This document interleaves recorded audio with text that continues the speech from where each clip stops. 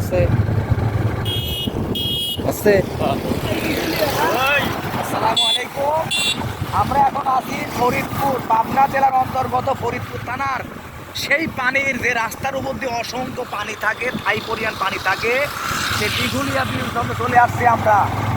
শোনেন, টাকা দিয়েই জীবনে সব ইচ্ছা পূরণ করা যায় না, টাকা না থাকলেও যে সব ইচ্ছা পূরণ করা যায় তার প্রমাণ। আমরা বর্তমানে 78 কিলো গাড়ি চালা রানিং এখন দিঘুলিয়া ব্রিজ আছি। আপনারা যারা এই জায়গাতে আসেন নাই, আমাদের ভিডিও পেজটাকে ফলো দিবেন, শেয়ার করবেন, কমেন্ট করবেন। আমরা সারাদিনে দেন কত বেড়ালাম, আজকে জায়গাটা দেখে দেখার মতো জায়গা। আমাদের ভিডিওটাকে আমরা দেখানোর চেষ্টা করতেছি বারবারই। আর আপনাদেরকে একটা কথাই আমরা বারবার বলতেছি যে একসময় টাকা থাকবে, ঘুরতে পারবেন না, একসময় ঘুরতে পারবেন, টাকা থাকবে না। এই জন্য এই বয়সটা আছে, বয়সটা ঘোরার চেষ্টা করে। মনে রাখবেন যে 25 বছরে সাত আল্লাহ, আপনি 40 বছরে করতে পারবেন না, 25 বছরেই আপনাকে করতে হবে। আমাদের বয়স যে ছেলেপেলেগুলো নিয়ে আসছে বাইশগুলাকে, এদের বয়স 25 বছর হয় নাই। এদের ইচ্ছা, এদের স্বপ্ন আমাদের জন্য কত রোমান্টিক। আজকের এই ভিডিও আপনারা দেখেন, এই সেই বিলচন্দ যেখানে দাঁড়ালে মানুষ পানির উপরে মোটর সাইকেল, মানুষ কত রকম ফুটবল খেলে, এই সেই ভাইরাল জায়গা, যেখানে দেখার মতো জায়গা। এটা সচক্ষে না দেখলে ভিডিও দেখে আপনারা বুঝবেন না।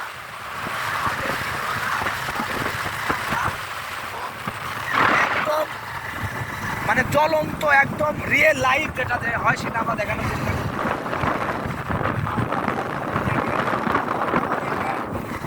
মানে পাবনা এমন একটা জায়গা, সারা কোনো জায়গা ভালো লাগে না, খালি পাবনা ভালো লাগে। ঠিক আছে, সেই সেই বিলচন্দ আমাদের সামনে, আমাদের আরো মানুষজন আছে। এই মানুষজনকে আমরা ভিডিও করতে দেখেন। আমরা দুটা গাড়ি নিয়ে, গাড়িতে 160 কিলো চলার মতো আমাদের গাড়ি আছে। তেলের যে ক্রাইসিস, তেলের যে দাম, আমরা তেলের চিন্তা করি নাই, আমরা কোন মানসিকতা আমরা চিন্তা করেছি। দেখেন আমাদের এই দুজনকে দেখেন, এদেরকে আপনি দেখার চেষ্টা করেন, আপনাদের কেমন লাগতেছে? Nobody can ask this better.